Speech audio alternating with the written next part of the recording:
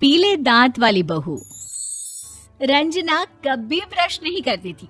उसे कितनी बार उसके माँ बाप ने डांटा, लेकिन उसका कोई असर उस पर होता ही नहीं था, जिस कारण से उसके दांत पीले पीले हो जाते हैं। शादी के बाद अरे बहू, वैसे तो तुझ में कोई कमी नहीं है, पर तेरे दांत इतने पीले कैसे हैं बेटा? कैसे मतलब? कोई सर्जरी थोड़ी ना कराइए। वो तो क्या नाम, मैं ब्रश नहीं करती थी तो पीले हो गए। अब क्या करूं? आप कहे तो लाल करवा लूं या फिर काले? यार ये क्या है, क्यों माँ से लड़ रही हो? लड़ रही हूँ? अरे मैं लड़ रही हूँ या ये बोल रही है कि दांत पीले हैं, पीले। अरे तपस्या थोड़ी ना की है इन्हें पीले करने के लिए। बकायदा ब्रश नहीं किया है 20 साल तक, तब जाकर। छी, कैसी बात कर रही हो? ये उस वक्त तो पीले नहीं थे जब हम लोग तुम्हें देखने आए थे। अरे तब साफ करवा लिया होगा डेंटिस्ट के पास जाकर। अब देखो कैसे पीले पीले लग रहे हैं। रंजना सास की तरफ गुस्से से देखती है। फिर शुरू हो गई पीले पीले पीले। अरे पीले तो तब भी थे जब मेरे हाथ का रसगुल्ला उड़ा उड़ा कर खा रही थी और बोल रही थी, लड़की नहीं गुणों का खजाना दे रहे भाई साहब आप। खैर, अब वो लोग करते भी तो क्या करते, पीले दांत वाली बहू पल्ले पड़ी थी तो झेलना तो था ही। एक दिन कीर्तन में रंजना गाना गा रही थी। अरे कमला बहन, माँ का द्वार है, यहाँ तो सब शुद्ध होकर आते हैं, फिर अपनी बहू को ब्रश भी नहीं करवाती तुम। दूर से पीले पीले दांत भक्ति में बाधा उत्पन्न कर रहे हैं। अरे कोई 2 साल के बच्चे थोड़ी ना लेकर आई हूँ मैं बहू बनाकर। अच्छी खासी लड़की है, अरे कैसे करवाऊं ब्रश? ये तो उसे खुद करना चाहिए ना। अब माँ बाप तो इसके जैसे तैसे निपटा दिए, ये नहीं सोचा कि सास कैसे संभालेगी।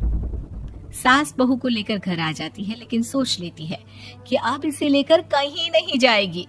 अगले रोज बहू कहती है, अरे क्या हो गया, मंदिर नहीं जाना क्या? कीर्तन का वक्त हो रहा है। मेरी मधुर वाणी से कान्हा जी जागते हैं और सोते हैं। आप तो जानती है ना उनकी भक्ति में कितना मन लगता है मेरा। वो क्या है ना, तबीयत ठीक नहीं लग रही है मेरी, आराम करूंगी मैं। तबीयत ठीक नहीं लग रही? अभी तो मिथुन के गाने पर नाच रही थी आप, और अब बोल रही है कि तबीयत ठीक नहीं लग रही। अरे भक्ति में मन लगा लो सासू माँ, ऊपर जाना है, क्या मुंह दिखाओगी आप? हाँ? सास को बहू की बात पर गुस्सा आ जाता है। मैं क्या मुंह दिखाऊंगी, इसकी चिंता तो ना कर, समझी? अपने मुंह की चिंता कर, जो ये पीले पीले दांत लेकर हर जगह पहुंच जाती है। पता है लोग कितना मजाक बनाते हैं। ना जी ना, मैं नहीं जाना कहीं तेरे साथ। तो ये बात है। कोई ना, मत जाओ, मैं अपने कमरे में ही बैठकर भक्ति कर लूंगी। ऊपर वाला दांत थोड़ी ना देखता है, मन देखता है, भावना देखता है। और अरे बस बस, तू सब कुछ दिखा, बस ये सफेद चमकदार दांत ना दिखाना किसी को, है? जा यहाँ से।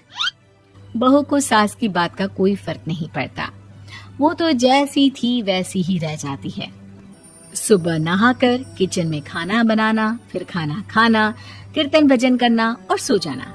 एक दिन, माँ जी मैं सहेली के घर जा रही हूँ, शाम को लेट आऊंगी। हाँ हाँ तो जाना, मैंने कौन सा तेरी आरती करनी है घर पर बैठकर। रंजना सहेली के घर जाती है, जहाँ वो पार्टी में जाने की तैयारी कर रही होती है। अरे शिखा, कहाँ जाने की तैयारी कर रही है? मैं गलत वक्त पर आ गई क्या? अरे नहीं यार, उल्टा सही वक्त पर आई है। मैंने ये साड़ी और ज्वेलरी निकाली है यार, शाम को इनके ऑफिस की एक पार्टी में जाना है। बताना कैसा लग रहा है ये सब? नहीं यार, इस ड्रेस के साथ तो वो वाली ज्वेलरी अच्छी लगेगी। हाँ हाँ सही बोल रही है, मैंने ध्यान ही नहीं दिया। वैसे तो हमेशा से मस्त फैशन सेंस रखती है। तो बड़ा जाती होगी ना पति के साथ पार्टी में। रंजना कुछ नहीं बोलती, बस सोचती है कि यार काश ये बात सही हो जाती, पर मैं क्यों नहीं जाती पार्टी में? क्या इन लोगों की कोई पार्टी होती नहीं होगी? रंजना घर आती है और रात में पति से सवाल करती है, एक बात बताइए, आप मुझे किसी पार्टी में क्यों नहीं ले जाते? क्या आपकी यहाँ ऑफिस में पार्टी नहीं होती? पति बेचारा क्या कहता कि दांत पीले हैं तुम्हारे इसलिए। अरे कोई पार्टी होती नहीं हम लोगों के ऑफिस में, तो कहाँ से लेकर जाऊं? और मार्केट, मॉल, कहीं वीकेंड घूमना, कहीं तो। अरे यार, सारे हफ्ते में एक छुट्टी मिलती है, तो सोचता हूँ कि आराम ही कर लूं। क्यों? रंजना मन मार के रह जाती है।